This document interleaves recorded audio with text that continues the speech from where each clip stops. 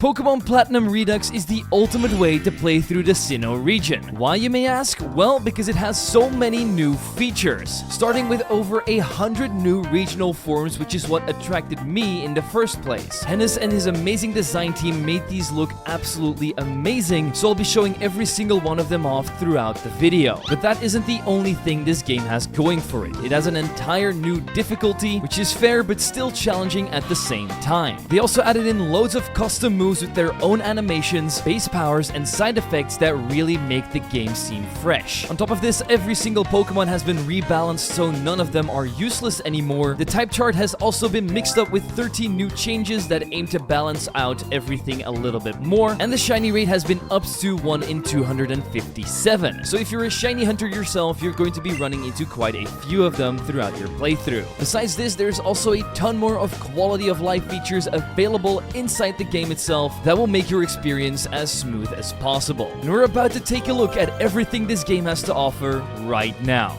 And while all of these regional Pokemon might have some of the best designs out there, RedMagic, the sponsor of today's video, has just launched one of the best looking phones on the market, the RedMagic 10 Air. And this phone isn't designed like any other mobile device, because they have put gaming as a top priority for their users. Because when you combine the large 6.8-inch full screen display with their insanely high quality resolution, your games and everything else on your phone will look crispy. But what differentiates their Air version is that it's really light and compact with a very thin design that feels very comfortable when you're holding it in your hands. I personally fell in love with their dual 50MP cameras. That's because I traveled to South Korea recently, and when you're in another country, you obviously need to take as many high quality pictures as possible. So while I was visiting many of their beautiful landmarks and buying a ton of Pokemon products, the RedMagic 10 Air captured these moments perfectly for me. With their many customizable features, I took my favorite pictures, put them as my wallpapers, and transformed them with their color modes, and even changed the color and shape of my icons so they could fit the theme better. But this isn't everything RedMagic offers. They're mainly known for their gaming space, which can be accessed by one click of a red button on the side of your phone. Here you can add in an insane amount of plugins to make your gaming experience more optimized, and you can also alter your game's performance and graphics to make them look better or worse so that your battery doesn't drain as fast. Not that that was really a problem for me, because this thing's battery keeps on going for hours. But my favorite gaming feature by far was the streaming function. It basically turns your entire phone into a controller so you can cast to the nearest screen, where it will be displayed in real time so you can have the best gaming experience possible. The RedMagic 10 Air Pro is available from the 23rd of April and has so many more features we haven't even talked about yet. So if you're interested in getting one for yourself, you can click the link in the description or pinned comment down below so you don't miss out on the best gaming phone on the market. A huge thank you to RedMagic for sponsoring today's video, and let's get right back into Platinum Redux. As a new trainer, we wake up inside of Twin Leaf Town, where our friend Barry wants to find me $10 million. And just like that, our journey ends because we're bankrupt. That's what would happen if we didn't have our nice clown neighbor, who's so generous that he gives you an infinite amount of nuggets. You can sell these to become a billionaire, but speaking of these clowns, you definitely need to talk to them whenever you see them around the region, because they will give you helpful tips and items that will help you along your journey. After paying Barry the fine, we head over to Route 201, where we run into the local Pokemon professor, Rowan. He sees us as two aspiring trainers that remind him of his past, so he decides to give us one of 3 starter Pokemon, Torchic, Squirtle, and Chikorita. And I of course went into this without any research and picked Torchic, who doesn't have a new regional form, so he'll be dropped off the team as soon as possible. Me and Barry then want to test out our new Pokemon, but he definitely got the short end of the stick, because he started off with a level 3 Starly that got cooked up like some nice winner chicken dinner. Once this was done, I headed home to pick up some running shoes from my mother and used them immediately to check out the new neighbor Jasmine, who gave me a Pokemon egg. It ended up hatching into a useless Chinchou. Me and Barry then traveled to the local lake to greet a blue-haired psychopath that definitely doesn't want to destroy the world. On the way to Sangem Town, I ran into 3 clowns that gave me amazing items including infinite rare candies, max repels, and escape robes. This is going to allow me to team build as much as I want so I can show off all these beautiful new regional forms. Speaking of new regional Pokemon, I had to go grab my Pokedex from Rowan as well so I could register them all. We also learned that he has a new assistant, Barry's father, who is going to be scattered around the region. But he doesn't really give you any advice or items. No, he spawns in Pokemon. So if you're looking to fill out your very own Pokedex, make sure to talk to him as much as possible. But I didn't have any Pokeballs yet, so we had to get a tour of Sandgem Town first and talk to Professor Oak to get my very own portable PC, which you can use to swap teams on the go as well as heal them up with the Pokevial attachment. This is unlimited as well, so you don't have to run back to the Pokemon Center ever. After this, I went home and told my mom I would never be seeing her again, and then I proceeded to watch Dawn's catching tutorial and got myself some free Pokeballs. I immediately started using them, capturing my first ever victim, Caterpie. And every single Pokemon I capture in this run will be named after channel members to thank them all for supporting the channel, because that really means the world to me. But don't worry, subscribing is just as valuable because we're still trying to hit 1 million, which would of course be my lifelong dream. But speaking of encounters, every town and city now has added invisible patches of grass for you to find extra Pokemon. You can easily search for these by talking to clowns who will give you hints on where they are, and so we managed to capture Poochyena, Wurmple, Numel, Tynamo, Nidoran, Shinx, Poliwag, Bellsprout, Rattata, Marill, Slackoth, Starly, Sunkern, Venonat, Trapinch, Spearow, and Ralts before moving on to the professor's assistant, who let me encounter Lediba, Sentret, Whismur, Diglett, Stunky, and even our very first shiny Rookidee, who unfortunately never left the box as it doesn't have a new regional form. And now you may think to yourself, none of the Pokemon you've just captured are regional forms. Well, that's because they need to evolve into their final evolutions first to unlock their potential. With that done, we eventually reached Jubilife City after going through Route 202 and met up with this secret agent weirdo called Looker, who gave me the VS Recorder, a device that I've never used in my life. Our next pit stop was the trainer school, where we delivered a package to Barry and picked up a Pokemon egg from Professor Oak. This ended up hatching into a Charmander, and yes, of course, Charizard does also have a new form, just like in any new Pokemon game. I also picked up a smartwatch from a random guy on the street and started checking out the hidden grass inside of Jubilife. This is where I found Gulpin,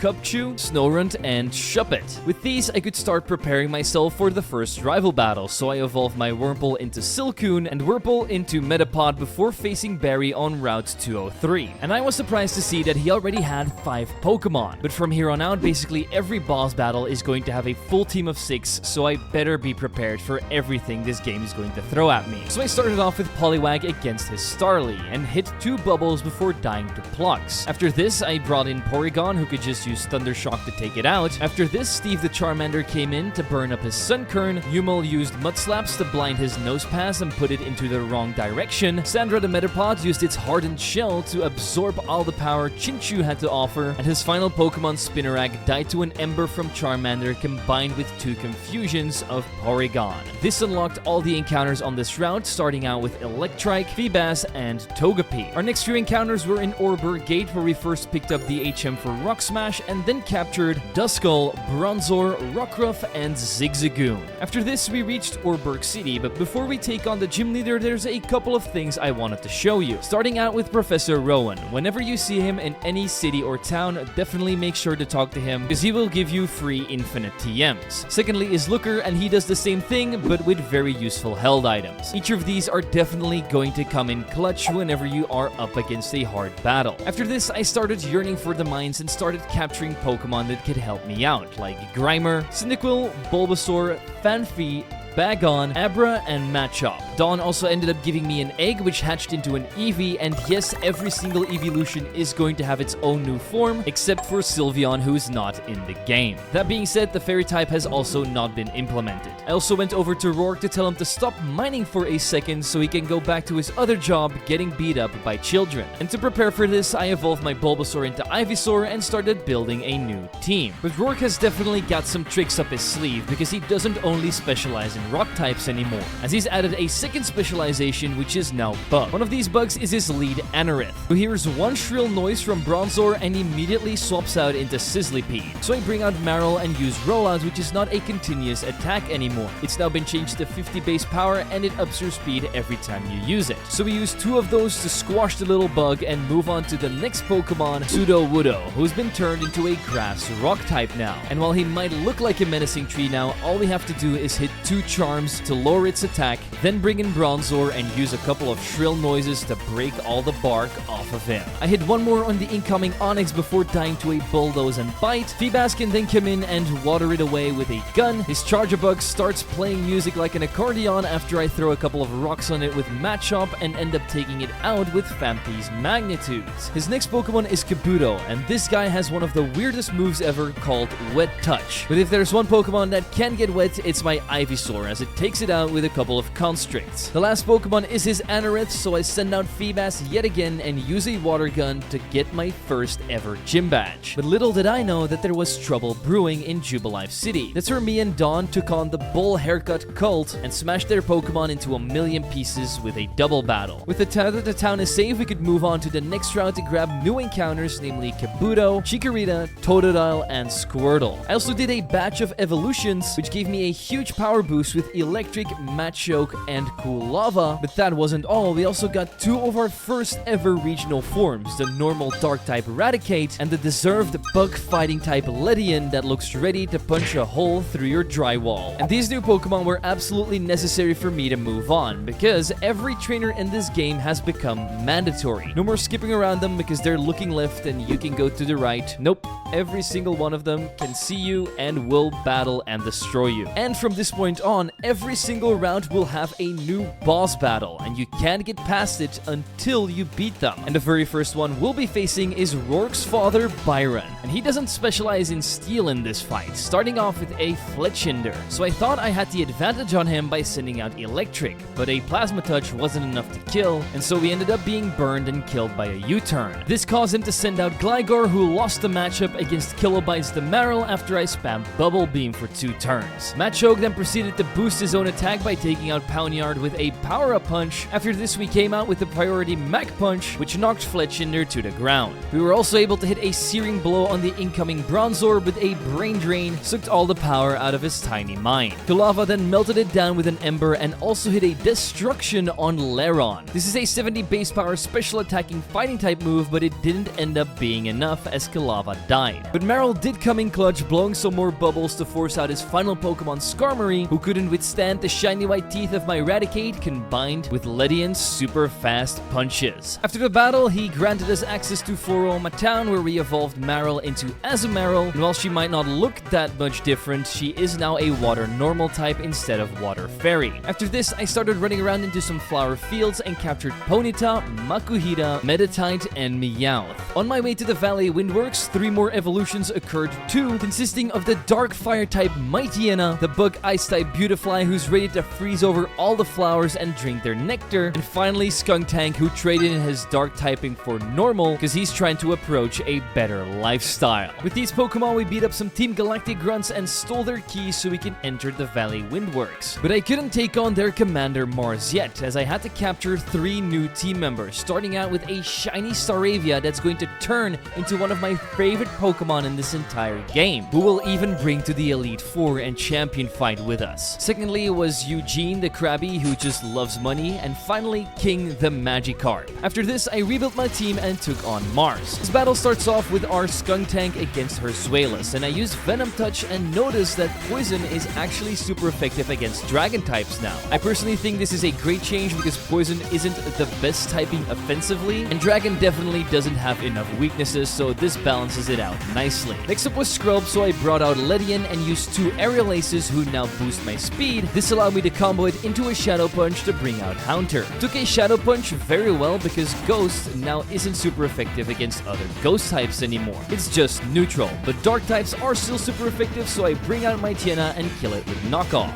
Puts in even more work by using Blazing Bash to take down Sneasel, and from that point onwards, I bring out Kalava and use Ember to fry Dustox and Roselia to win the fight. With Team Galactic gone, the employees are safe, but we aren't here for them, because Barry Barry's father has more encounters for me to get. These consisted of Seal, Corfish, Spinnerack, and Hoot Hoot. After telling Looker that the police don't have to show up anymore, I moved on to the Floroma Garden. This is where I added a Spoink as well as 6 EVs to my box as well. Because as you may know, we're trying to get every single evolution there is. Eterna Forest was also inside, but being guarded by the Elite 4 member Aaron. And in order to go through a bug-infested forest, we of course need to take down the Bugmaster first. So I started off by one-shotting his Pineco with Kilava's Ember. Ivysaur uses its Constrict, which is by the way a 50 base power grass type move now to take down Barboach, but I wasn't expecting to see his Psychic Bug type Butterfree. We have the perfect counter for it however, as JND the Mightyena can use Knockoff and Inferno Slide to force out Pupitar. His shell almost gets cracked by my Staravia's Bullet Seeds, however just like the boulder, he buries me under a Rockalanche. So I sent out Mightyena for some more fun, who was able to take this down with Shadow Sneak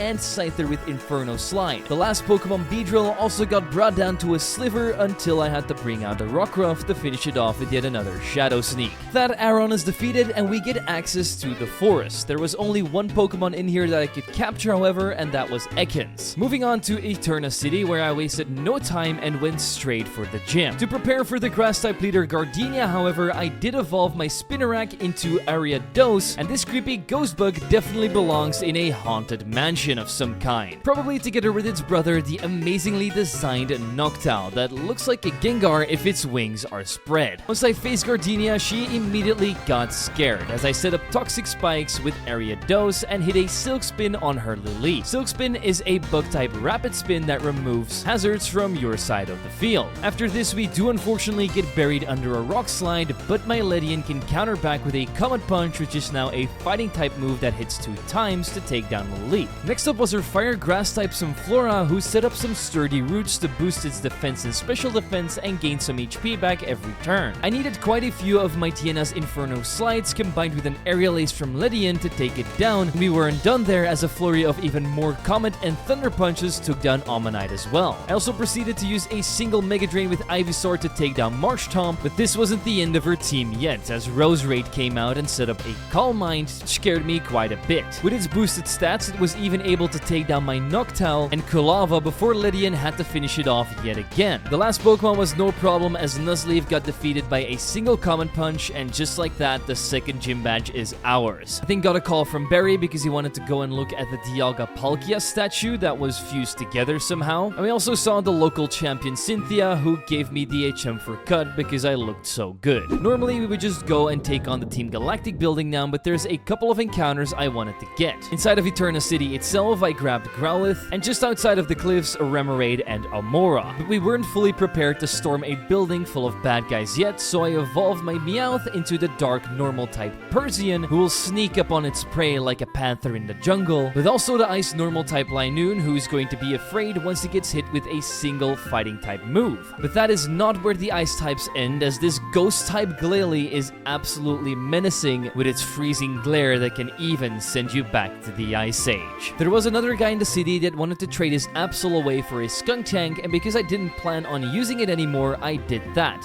This Absol is now a Psychic Dark type and will use its powers to aid me and Looker in our quest to take down Jupiter. And she's one of the most horrible people ever. I mean, who takes a Clefairy of all Pokemon hostage? So me and Glalie are about to teach her a lesson as I use Ice Fang to one-shot her Staravia. Following up is her Metang, who I try to exercise, but it doesn't end up working out because her Quick Claw activates, which allows it to outspeed and kill me with a Pensive Tackle. We have done enough damage to crumble it with a Shadow Sneak from Persian, however, but she isn't done by a long shot, as the next Pokemon is a Triceratops-looking Tauros. This Dragon normal type is not only fast, but also hits like a truck with its Reckless ability, which boosts the power of recoil moves. Because of that, it's easily able to ram my Linoon out of the road. We do have Ariados in the back who can survive a Reckless Charge with only 6 HP and counter back with a Baneful Sting to take it down. What happened after this really shows off the power of Persian. With Fake Out, Critical Hit,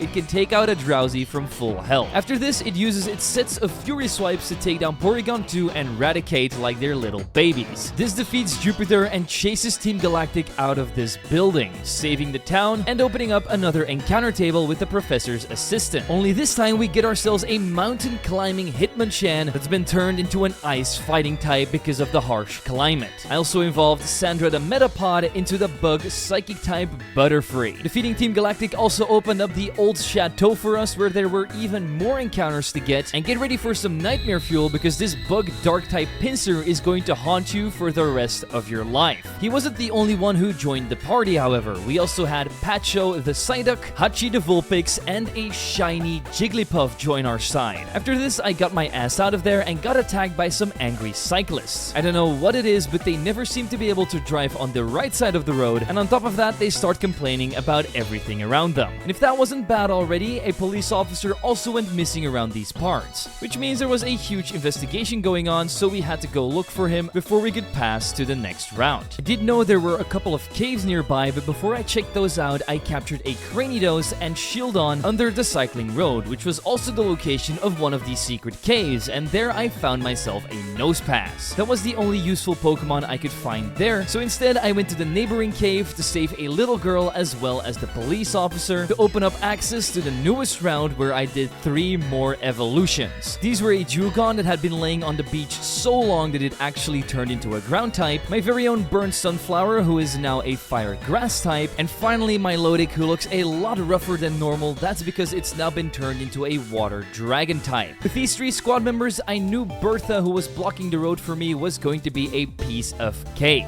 A piece of cake that would be eaten by my Hitmonchan as he punches away at Hippopotas and Graveler to knock both of them out. He also lands another hit on the ground normal type Duck Trio before finally biting the dust. This did enough damage for my Zwiggojr to ice ball it into oblivion, and while I thought that Headbutt on the incoming Sneasel would not kill it, I was surprised to see that it was super effective, because dark types are now weak to normal type moves, which is a great change in my opinion, and in the other way around, normal types also resist dark type moves. The final 2 Pokemon were Quagsire and Beautifly, and for that I only had to bring out Sunflora, hit 1 Giga Drain and 1 Incinerate, and Bertha was defeated. Dawn then came up to me and handed me the fossil of the Lord himself, Helix. So I had to go straight to the fossil museum and revive it instantly. Once it came back to life, I went through Mount Coronet and had a disappointing talk with Cyrus, who might be the biggest pessimist this world has ever seen. Come on man, just enjoy life a little bit. I was certainly happy when I left him and ran into this custom shiny Prinplup, and he isn't the only one that has a custom shiny in this game. A ton of them have actually been changed around, but if you could change a shiny Pokemon yourself, which one would it be and what colors would you change it to? Me myself, I think I would love to see some inverse legendaries. So like Palkia would get Dialga's colors and the other way around. I think that would actually be pretty sick. Speaking of sick, look at these new evolutions I got once I reached the next gym in Hearthome City. I got a fighting ground type Donphan that more resembles its Tusk form from back in the ages. My shiny normal ghost type Wigglytuff also tried to crawl in bed with me, but I don't think I'd get a lot of sleep if something that horrifying was my plushie. Last but not least was my ground dark type Hippowdon, who didn't have a redesign yet, and that's the case with a couple of regional forms that have been added to the game, but I'm sure that in the future they will all get their very own awesome designs. Now that my army has expanded, I am 100% sure that we can take on Fantina. So let's show her that Spritina probably would have been a better name. When the fight started, Hippowdon ate up Haunter like he was a little snack. The following matchup was Butterfree against Trevenant, and here we used Psyraise, a stronger form of Psybeam, to take down the tree. Again, we learned of a new type matchup here because Psychic is now also super effective against ghost types, which came in handy for one-shotting the incoming Drifloon. This regional form of Swalot that comes straight out of Monsters vs. Aliens, however, didn't take 2 bulldozers from my Donphan too well, but it was able to get a poison off on my Donphan, and because of that, it died in the following turn once it took down Chansey. Her final team member was a regional form of Lopunny, which is just its mega form, and it is indeed a normal fighting type, so I hit 1 submission with Pinsir, then went down and brought in my Lodic, who could use Brain Drain to finish the battle. Even though we have the 3rd gym badge now, we can't leave town yet, because there's a couple of evolutions we need to do and some encounters for us to get. So let's line them up real quick, starting out with the ice fighting type Beartic, who's ready to join our army. Secondly, the Jack-in-the-Box Ghost Banette, now a steel ghost type and ready to scare all the children away. Our third option is the ice electric type Manectric, who's definitely in the top 5 good boys of all Pokemon dogs. And lastly, the Ghost Water type Golduck, who is said to haunt a lot of ponds around the Sinnoh region. Inside of some hidden grass, we found a Cubone for us to catch, and then we went to Bebe's house, who has been replaced with the professor's assistant that spawned in the Dragon Normal type Tauros, Fighting Flying type Surfetch'd, and lastly the Fighting Dark type Ninja Hitmonlee. All of these guys were ready to overpower Barry and his team as he was trying to stand in my way yet again. He tried to swing the battle in his favor by starting with a Torkoal that had Drought to set up the sun. Little did he know that a dancing duck would make it rain, and now that volcano on this turtle's back doesn't seem all that scary anymore, because we can extinguish it with a single bubble beam. The same thing goes for his Undoom, but once Sunflora hit the field, I had to swap in Banette, who would now take way less damage from the Incinerate this flower throws at us because of the rain. He then proceeds to smoke the Sunflower with 2 knockoffs and a Shadow Sneak. After this, Marshtomp gets iced by my Beartick Snow Slide, which is like an avalanche but a little bit weaker. Probopass then hits the field, and the only thing I can say is that this is an astonishing design, and I don't think it gets much better than this. But this Ice Steel type still gets smashed into a million pieces by submission. The ace up his sleeve is a Shelgon, but we have Manectric in the back who can just hit one Ice Beam and end the battle. Now we can zoom past this place and enter the Lost Tower, where we're not supposed to get DHM for strength. Instead, we're getting something way better. Starting with 2 straight up new team members, a Dark Steel type Mawile that looks like a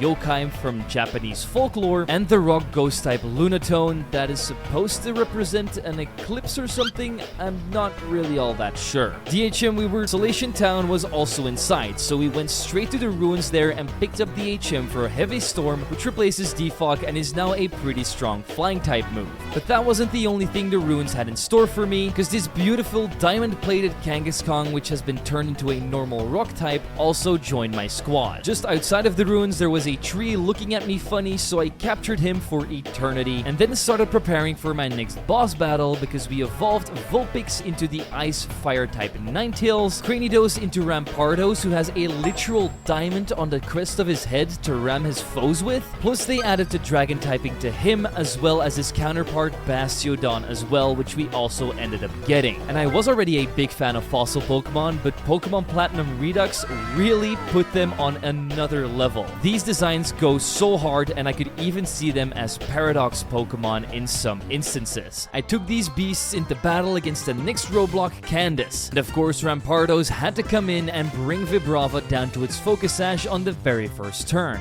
He also took down the incoming Auroras, which is now a Dragon Ice type with 2 more submissions. After this, we saw the Dragon Master Medicham, who traded in its Psychic typing for a Dragon typing. But even with this great power, it could not withstand a single Reckless Peck from my Surfetch'd. Cofagrigus came out next, and he also had a new typing added to him, Ice, so I hit it with a Steel Wing before going down. I then used Ninjago's Night Slashes to send it back to Egypt. Linoon was up next, but he got burned to a crisp by Fire Spins from Ninetales. Vibrava was so weak it ended up dying to the hail damage, and the final Pokemon Piloswine got crunched to death by a Titan Jaw from Chompy. This cleared up the road to Veilstone City, and on the way I grabbed myself a new form of Seviper, who might have added the normal type to its type variety, but it doesn't look normal at all with all of this new armor it's got. While I was biking through the rain, I knew that a new boss battle was going to come up at the end of this route, and because it was raining, I wanted to utilize that by adding some water types to the team, so I evolved Magikarp into the water dragon type Gyarados. Corphish learned some karate and turned into a water fighting type Crawdaunt, ready to crush you with its pincers, and finally my shiny Staravia spread its wings to become the fighting flying type Staraptor that honestly looks like it could be a main character in your favorite anime show. And if you've made it this far into the video, I want you to comment down below what your favorite new regional form of this game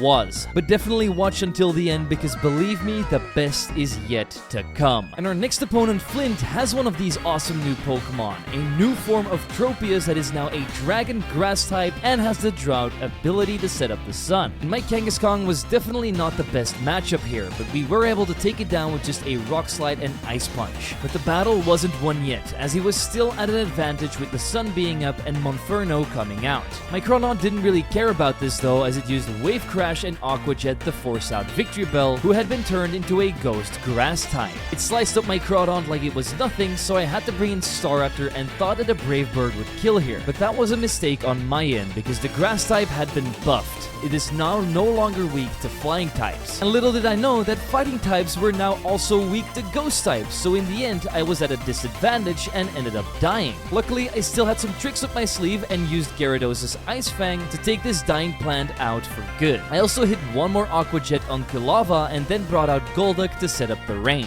This made the tide shift in my favor as I just used Bubble Beam to take out Kulava, Macargo, and even Arcanine. With Veilstone City on the horizon, I headed straight for the gym where my character became the most swole 12-year-old you had ever seen from pulling around so many punching bags. Some of my Pokemon were so impressed with my strength that they even evolved into their final forms. Like this, we were able to get the Poison Steel type Bronzong, Fire Psychic type Alakazam that looks more like a devil than anything, a new regional form of Marowak that's now Ground Ghost instead of Fire Ghost, my Water Dark type Feraligatr who loves to dress up as that guy from the Flintstones, and lastly my favorite of this bunch, Camerupt, who has literal power plants running from its back. And so it loses its fire typing for the electric typing. All of this should definitely be enough to take on the next gym leader, Maylene here. And Staraptor starts us off with a bang by using Brave Bird to eliminate Hakumo-O. Her fire electric type Horse then comes in, and I know I have to bring out my own electric type to use Tectonic Shift, which is sort of like Earth Power, just a little weaker, and this should always send a Rapidash packing, but unfortunately it was holding a berry to weaken it and ended up taking me out with Drill Run. Feraligatr then delivered the finishing blow with Aqua Jet and swapped out back into Staraptor once Heracross hit the field. My Drill Peck and Extreme Speed deals with it easily, but after this we get hit with a taste of our own medicine as her own Staraptor Extreme Speeds me too. So I think I'm going to deliver the final blow with Alakazam here, but unfortunately she swaps out into Mightyena. So I do the same thing, but instead I bring out Feraligatr, and we all know how a fight between a hyena and alligator would go, as you can easily drag it into some water to put it out of commission. A Shadow Ball from my newly evolved Omastar also takes down Staraptor, and with the combined power of Bronzong and Alakazam, the final Pokemon, Lucario, gets beaten senseless as well.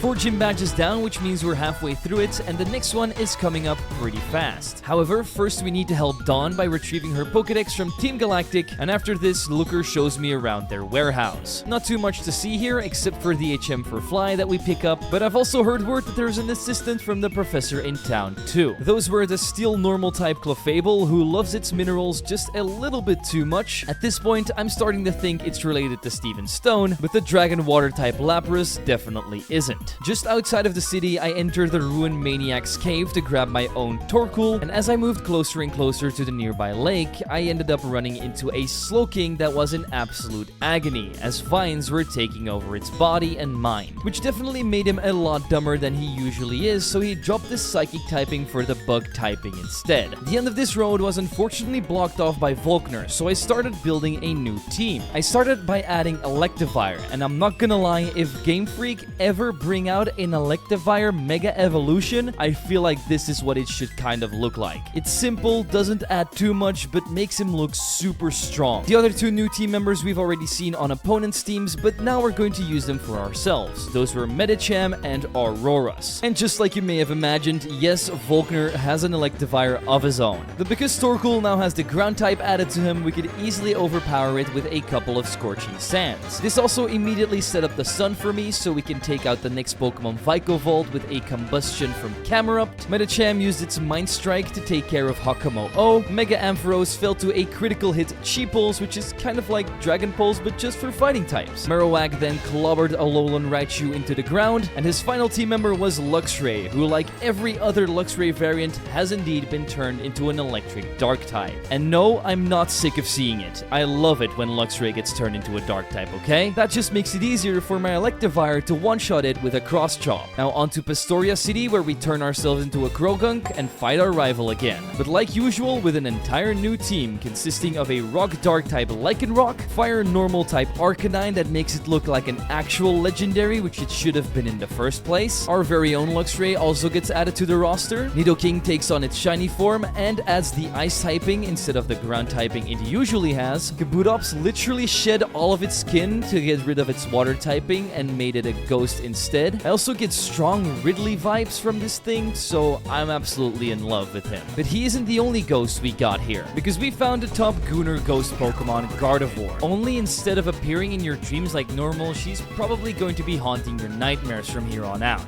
Anyway, with this new team of 6, it was time for me to challenge Barry just in front of Pastoria Gym. But he didn't sit still either and added a lot of variety to his own team as well. Starting out with a Glalie who does get killed by 2 rock slides from my own Lycanroc. He then thought he had me by swapping out into Toxicroak, but his fighting type move got countered by my Gardevoir's Misdirection, which is fake out but for psychic types. Because it is quad weak to this, it did end up killing in just 1 hit of it. Absol then came out and thought it was the king of the jungle, but I brought out my own lion, Yelnats, and with his short fuse, I used 1 short circuit and the ghost type version of extreme speed named Sinister Strike to assert my dominance. Speaking of dominance, he sent out my favorite Pokemon, which kind of hit me in the heart when I had to take it out with brain drains from Gardevoir, but let's be honest, just like me, Swampert probably doesn't have too many brain cells to snack upon. His final 2 Pokemon were a Golduck and some Flora who got slashed into little pieces by my lion, and from there on out, the battle was over so I could move on to the local swimming pool for some relaxing time. But I forgot that I can't swim, so instead I had to walk around a maze until we found a wrestling guy that we had to beat up for a badge. Yeah, Pokemon games don't make sense to me either. Anyway, I didn't really change up my team against Crasher Wake,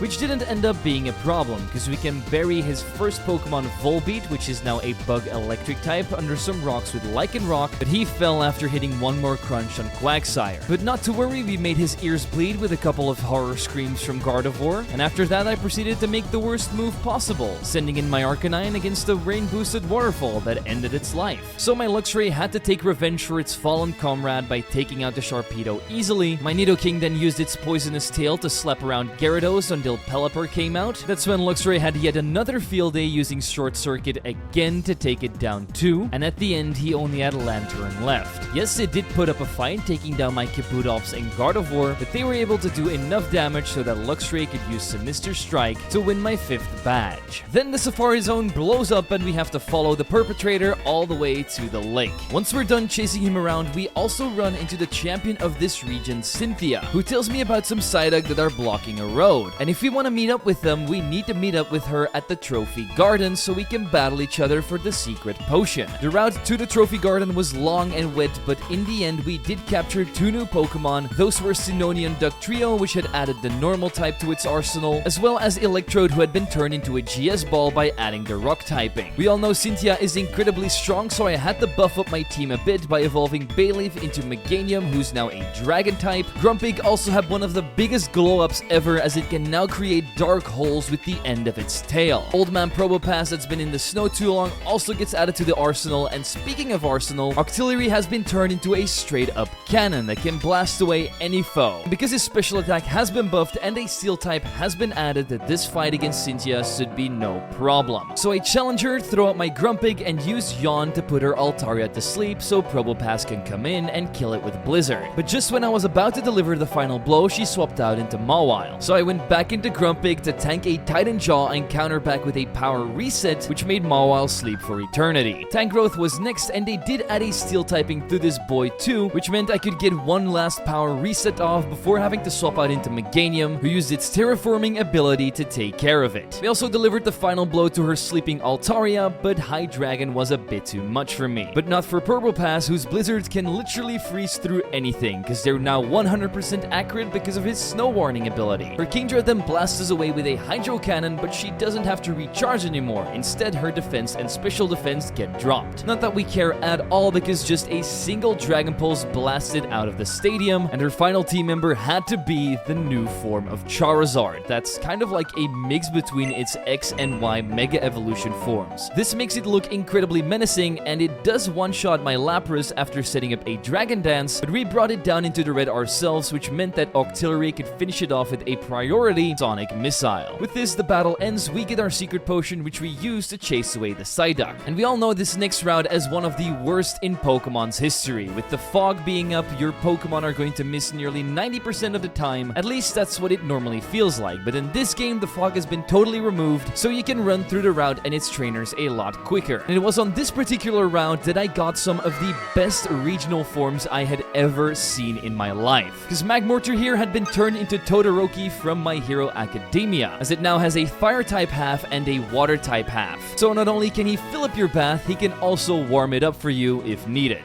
He wasn't the only fire type that joined my ranks, however, because Venomoth just hatched from a lava cocoon or something because his wings are on fire and ready to spread chaos. It wouldn't be a ROM hack if Flygon didn't get a new form because now it's finally the bug dragon typing it always deserved, and he looks even more majestic than usual. But unfortunately, according to leakers, he's not going to get a new Mega Evolution in Legends ZA, which is outrageous to me. But at this point, we do know Game Freak is going to cook up some awesome Mega Evolutions for the starter trio that they've announced. None of these 3 starter Pokemon were Blastoise, however, but he did get a new regional form here because they made his shell turn into a spiky stone, which translated into him becoming part rock. I also never imagined to see Umbreon getting turned into a dragon, but I am in love with this design. And last but not least, Master of the Skies Fearow has turned his normal typing in for an electric typing, making him way more useful than usual. And all of these beautiful creatures are going to help me to defeat this next roadblock,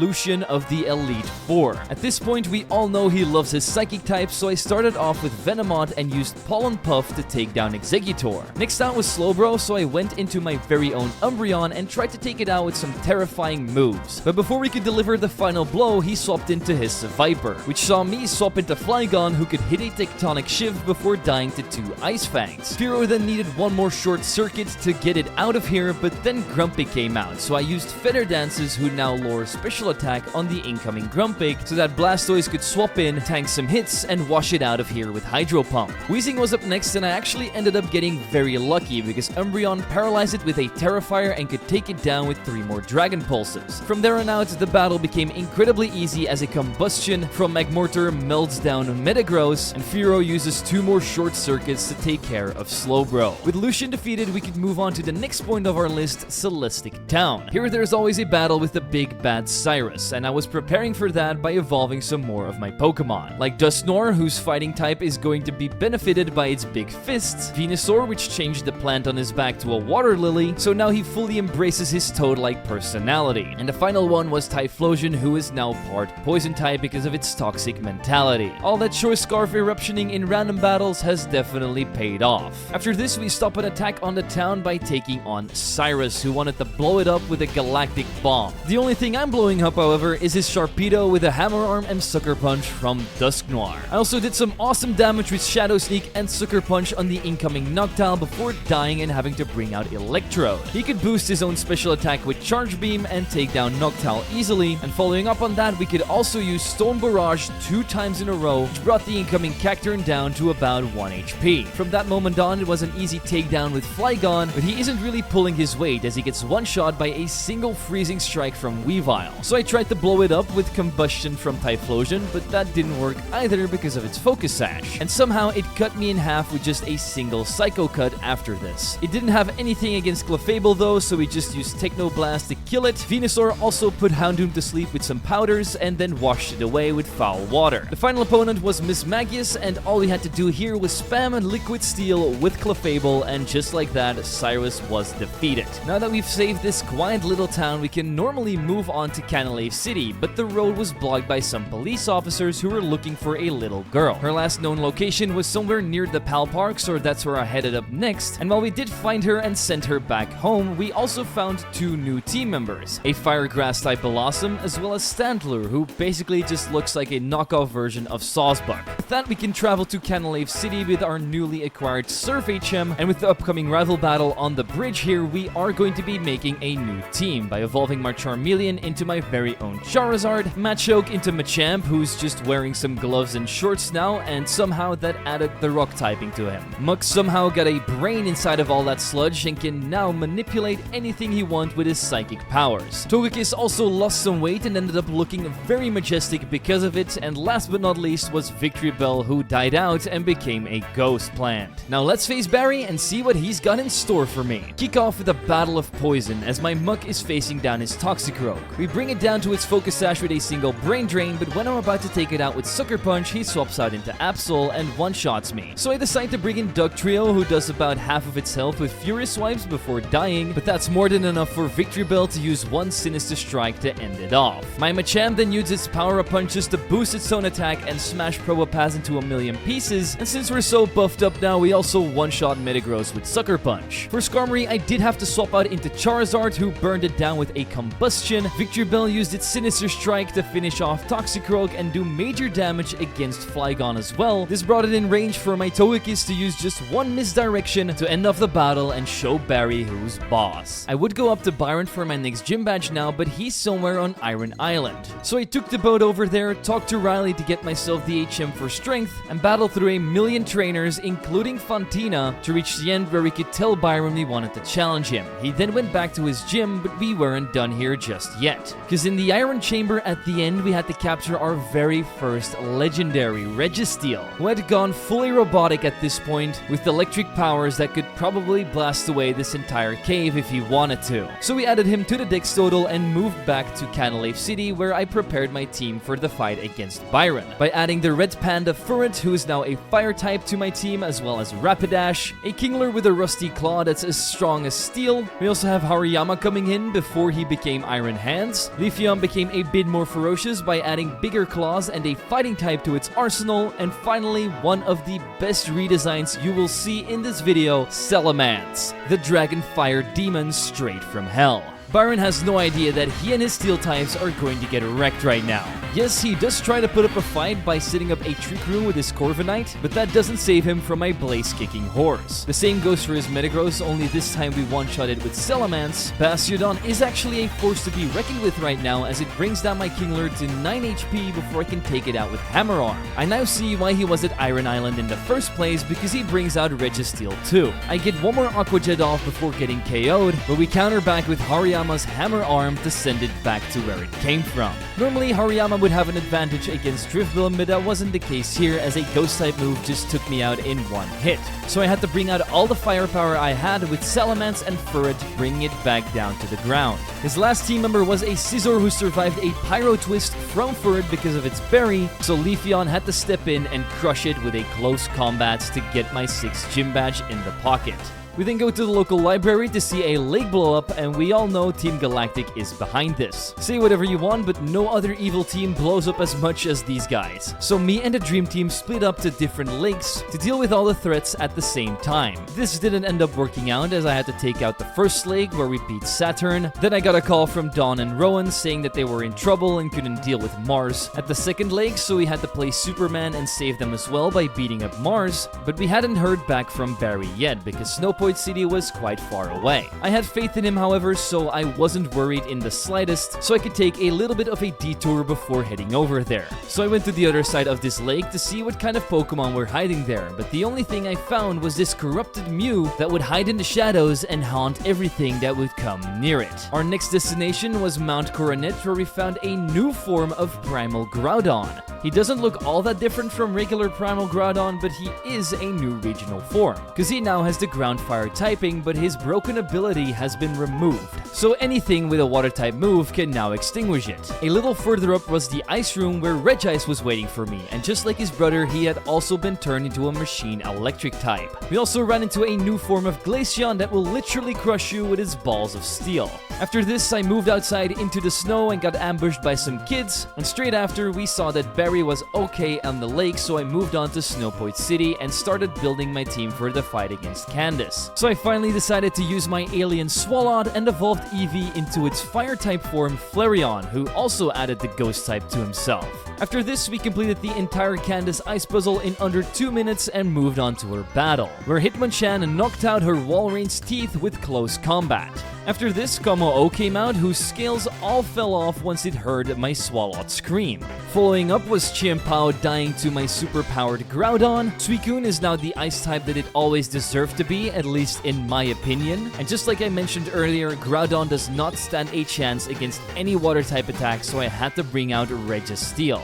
I used one single discharge, but on the second one, she already swapped out into her Aurorus, who took a Liquid Steel way better than I thought it was going to. And what was even more surprising was that it had superpower in its moveset. And once it used it, Registeel ended up in a dumpster. Glaceon does finish it off with a Rust Storm, but Ninetales melts me down easily with Overheat. So I had to send out Flareon, who could use 2 Sinister Strikes to take care of it, and we had one more on the Suicune that we already saw earlier. Unfortunately, we are not able to survive survive a Hydro Pump, but my last Pokemon, Hitmonchan, was able to hit the Mach Punch priority, which sealed my victory and won me the 7th gym badge. After this, I went back to the lake to see that Barry had lost from Jupiter. It then challenged me to come back to their warehouse in Veilstone City, which we were able to break into with some help of the international police. Me and Looker then watched the new Nintendo Switch 2 Direct over there and saw that their games were going to be $80 and our pants almost fell off. The two fights between Saturn and Cyrus had also been changed around, but their dialogue was still the same, so this felt really unnatural. But in the end, Saturn was incredibly easy for me to win against, so I moved on to the basement and evolved Electric into my Poison Electric type Electros, as well as Eevee into the Rock Psychic type Espeon, and then fought Cyrus so he could free Mesprit, Azelf, and Uxie. So I had to pull out a team member that I'd never used before, Slowking, who was able to get an Effect Spore off on his Shift Tree, putting it to sleep, and then countered back with a Mega Horn, which with a berry that was weakening the move still one-shot it.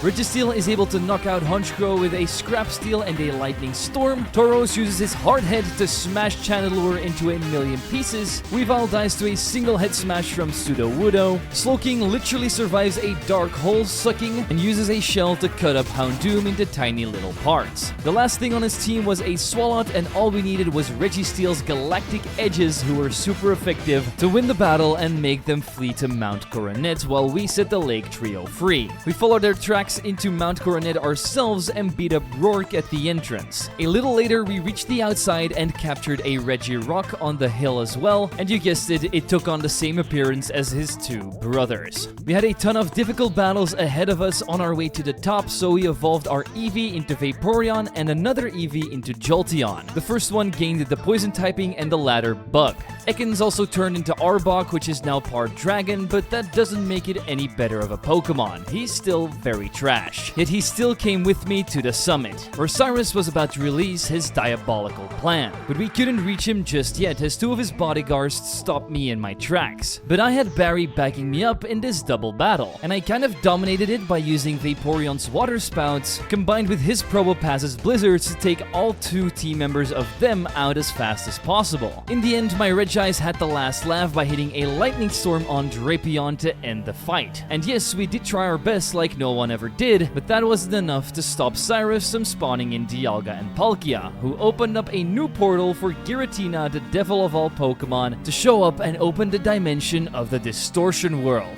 So the only option that was left with me is jumping into this portal to try and stop them, but we weren't going in alone. Cynthia joined us as well as the Lake Trio. They were my torches in this dark, godforsaken world, where we were at some points even walking upside down and going on a waterfall sideways. At the end of the world, we do bump into Cyrus that's trying to throw Cynthia into the abyss, but we jumped in just in time by throwing out Vaporeon to save her. He was prepared as well, as he threw out Honchkrow, who boosted its own special attack with its Analyst ability once he hit the field. Not even that was enough to two-shot my Vaporeon with Aeroblast, as we were left with 7 HP and could take out the Crow. But Honchkrow wasn't the only dark type he had on his team. He had the ultimate one, Darkrai too. He's basically looking like the main villain from every anime ever and has now added the Psychic typing to him as well. So now he can haunt your nightmares but also control you whenever he wants. Not that any of this matters, because my Jolteon can outspeed and kill with a single String Shot, which is now a 70 base power move that can lower speed.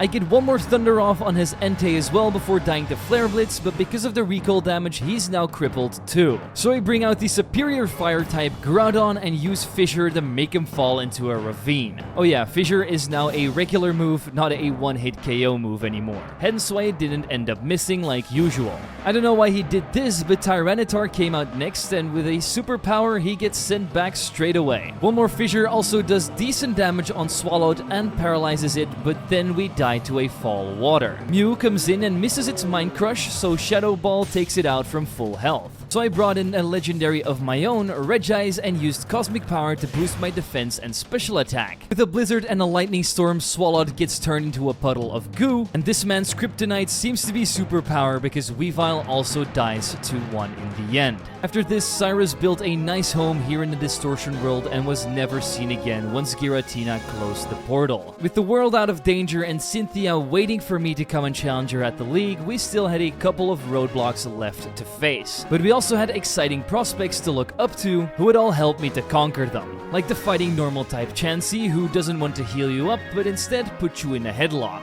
I also got my own form of Darkrai, which I'm super excited to use by the way, because this guy looks awesome. But it didn't stop there, because Snorlax was sleeping in the woods for way too long and actual grass started growing on him, so I had to get him too. But this final one is the peak of creativity in my mind. They turned Xurkitree into a literal Christmas tree waiting for Santa to put some presents under him. Now that we have so many new team members, I made my way over to Sunyshore City where we were preparing to take on Volkner. He hasn't had a good challenger in a while, so let's show him what a good Pokemon trainer looks like. And this first matchup, my Chansey versus his Fearow, was not in my favor, so I swapped out into Regirock to counter the Brave Bird out, and even survived a 4-time super effective Drill Run straight after it. I could then bury it under a Meteor Impact, which opted him to bring out Hitmonlee to crush me with High Jump Kick. A Poltergeist from Mew, which is kind of like a Ghost-type Double Edge, then took care of it, and plus we followed that up with a Dark Hole to unravel Raichu. I hit another one on Magnezone before biting the dust, but this brought it into rage for my Blizzy to use Counter Strike and take it out. His Electivire's Mind then got crushed by my own Darkrai, and the ace of his sleeve, Ampharos, faced my Christmas tree's tectonic shifts. And because Volkner is so into the holiday spirit, he is even going to give me my final badge so we can move on to Victory Road and eventually the Elite Four. You may think we've captured every regional variant at this point, but there were 4 more waiting for me. First of these was the Dragon Grass type Tropius with his 3 heads, followed by the King of the Sea, Kyogre, who with all respect has been turned into an electric type, which I think suits it incredibly well, because now it can utilize its raid setting ability by firing off 100% accurate thunders that are going to be doing extra stab damage. To emphasize the electric type in even more, his fins and some other parts of his body have been turned into literal lightning bolts, which is a design change that puts it above Groudon in my eyes. But he wasn't the only legendary available on this round, because Lugia, the other King of the Sea, was also here. And instead of being a bird, they've turned him into a serpent that looks sort of like the monster of Loch Ness. So far, all of these legendary redesigns deserve a very big applause from me, but this isn't the final one we'll be looking at. That one was hiding in Victory Road, and it's the experimental Mewtwo that Giovanni originally created with helmet and all. Somehow adding this helmet made it part normal type, which is great because now its dark type weakness is gone. And the same goes for Ghosts. With him we could wipe the rest of Victory Road easy and go up the waterfall to enter the league. Little did I know that the professors would be so proud of me that they wanted to test my strength themselves, as they were waiting by the entrance to have a double battle. So let's show them that the student can indeed be stronger than the masters. And what better way to do that than showing off our newly acquired legendaries Lugia and Kyogre. They made an instant impact by combining a Hydro Pump and Water Spout to take out Mamoswine and do great damage on Pidgeot.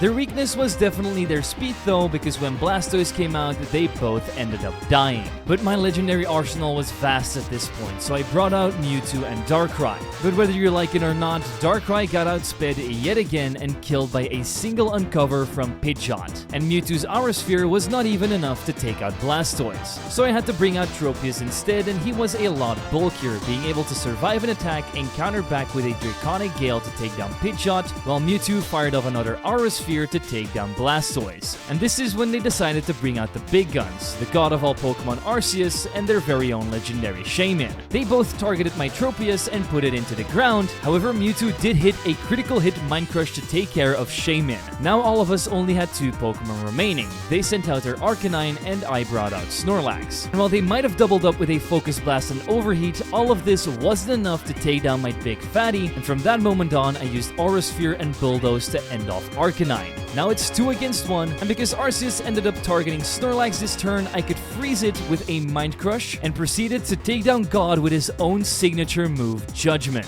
I don't think there's a better way to gain access to the Pokemon League than this, but the professors were incredibly proud of me and bought a first row ticket for our upcoming challenges. But of course, Barry would battle block me one last time just before we could enter the first member's room. He wanted to find out how much we changed after the start of our Pokemon journey, and of course course, the only way to measure this is with one legendary battle to determine who the best rival is. His lead was a Skarmory that we'd seen many times on his team at this point, so I used Groudon's Fire Punches to take it down, but it was able to set up a layer of spikes. This is going to make my switching capabilities a lot less efficient, but I knew that wasn't going to work on my levitating Mew, so I brought him in against Swampert and killed him with a couple of Psycho boosts. Just like last time, Groudon can then deal with Tyranitar after hitting a superpower and surviving a head smash. One more Fire Punch was hit on Metagross, but his Meteor Mash put an end to my tactics, is what he was probably thinking until he faced a Dark Hole that my Darkrai created. But he doesn't count himself out yet, as he has the perfect answer with his shiny Flygon using Bug Buzz to take me down in one hit.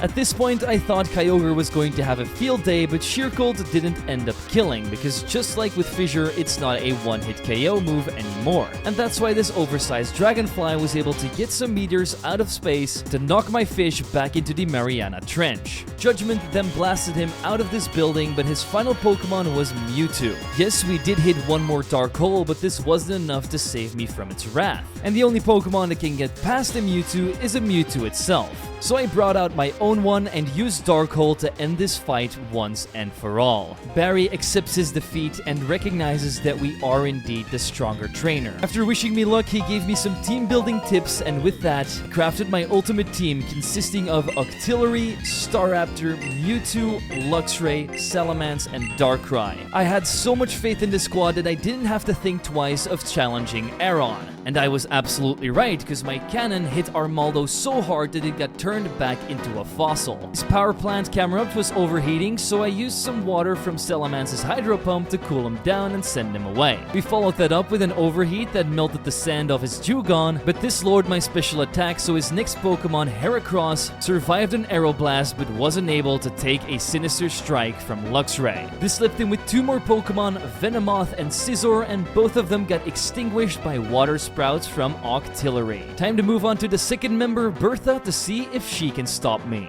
The answer to that will clearly be no, because her first Pokemon, Claydol, gets one-shot by Night Slash from Luxray. Yes, her Quagsire might be able to survive a close combat and even kill my Staraptor with Water Spout, but Mewtwo came in after to clean up with Psycho Boost. Octillery proceeded to turn Beautifly into some nice snow dust, and the remaining three team members, Garchomp, Excadrill, and Mamoswine, died to Darkrai's combination of Dark Holes and Dark Voids. That was way too easy of a victory, so let's turn up the heat and challenge Flint. His Tropius stood no chance once I hit it with two Brave Birds from Staraptor. His legendary Rubber Chicken got short-circuited by Luxray. Octillery then used Water Spout to cool down Typhlosion. Luxray and Darkrai teamed up with their Night Slash and Dark Hole to take down Blossom. Heatran also couldn't resist my Darkrai's Void and Hole combo, and you guessed it, the final Pokemon, Victreebel, also died to the same move as usual, only this time from Mewtwo. Moving on was the final Elite Four member, Lucian, and he was going to be a cakewalk. All because of Luxray, because he started off by one-shotting the first two team members, Xatu and Gallade, with Night Slash and Sinister Strike. But it wasn't strong enough to take down his Mewtwo, and neither was my own Mewtwo in the mirror match. But with the both of them, we did enough damage for Octillery to strike it down with a priority Sonic Missile. Espeon then gets blasted by some Liquid Steel. Darkrai does major damage against the incoming Garbodor, almost taking it down and even burning it. But that wasn't enough to get the win over it, so Staraptor had to come in and finish it off with Extreme Speed. I also hit two more close combats on the final Pokemon Bronzong before having to swap in Salamence, who could finish this battle with one last overheat. With Lucian defeated, we only had one more trainer standing in our way of defeating Pokemon Platinum Redux, and that was the most legendary champion, Cynthia. And as usual, she isn't holding back and comes out guns blazing with the mythical Pokemon Jirachi. It couldn't fulfill a single wish though, because my Luxray was way too strong with its Night Slash. Her custom shiny Lucario also would have died in one hit if it didn't have a Focus Sash, and even countered back with a close combat of its own, taking down my Luxray. After this, we delivered the final blow with Octillery's Sonic Missile and killed Salamence as well by combining a Noxious Blast and a Sonic Missile. We got a little bit of damage off on my Lodic too, so Salamence only needed two more Draconic Gales, which sent it packing. And if you thought Cynthia was finished at this point, hell no, she had two more legendaries. One one of them being the god of the skies Rayquaza, but we proved to him that there is a better dragon type in Hoenn, because my Salamence tanked a Dragon Pulse and one-shotted with yet another Draconic Gale. This wouldn't be the case for her final Pokemon Palkia, however, but this thing is now part Psychic type, which made it an easy target to finish this battle off with the strongest move in the game, Dark Hold. And that was the tale of how I conquered Pokemon Platinum Redux Hardcore mode with only regional Pokemon.